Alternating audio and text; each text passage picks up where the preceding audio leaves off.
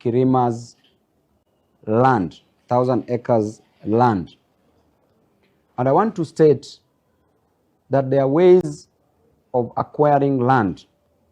And one of them is through what we call adverse possession. And in adverse possession, the law operationalizing adverse possession is Limitation of Actions Act 2012, Section 37, read wholly with Section 38. It is now judicially settled that adverse possession is a way a person can lawfully acquire ownership of land. The following factors are required to be fulfilled and shall be read conjunctively. Number one should be in occupation of that land at the time of seeking adverse possession. And in the present case, these people are in occupation of the parcel of land.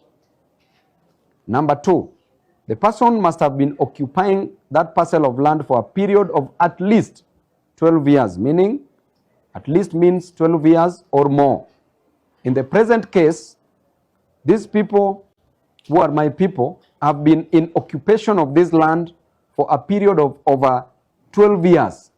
If we take into account the time that Kirima died, which was on 10th of December 2010, to date, if you only take from that time to date, we have 12 years, 10 months.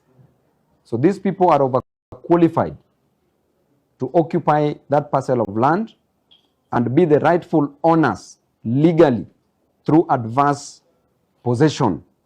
Number three, entry into this land should not have been consented by the owner of the land. Initially, the entry should not have been consented. And in the present case, at the time of the death of the owner of the land, that is Kirima, no consent had been drawn. Number four, the land in question should not be a public land. And in the present case, the land in question is a private land alleged to belong to Mr. Kirima. Number five, the occupation should be open and notorious. I need not dissect that. Number six, there has to be knowledge of occupation. In the present case, our people, my people, have and continue to be in occupation with the knowledge of the owner. Therefore, I want to say that the judgment that was arrived at yesterday by the judge made a mistake in the decision that he made, that this said parcel of land does not belong to the people of Embakasi East constituency. I want to say that currently we are going to pursue an appeal. We are going to appeal this decision.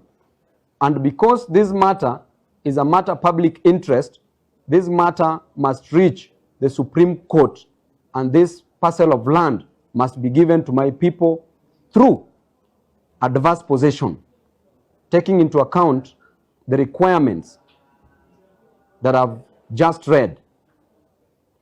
Number two, we will also seek for negotiations to ensure that Kirima's family agrees to negotiate with the great people of Embakasi East constituency.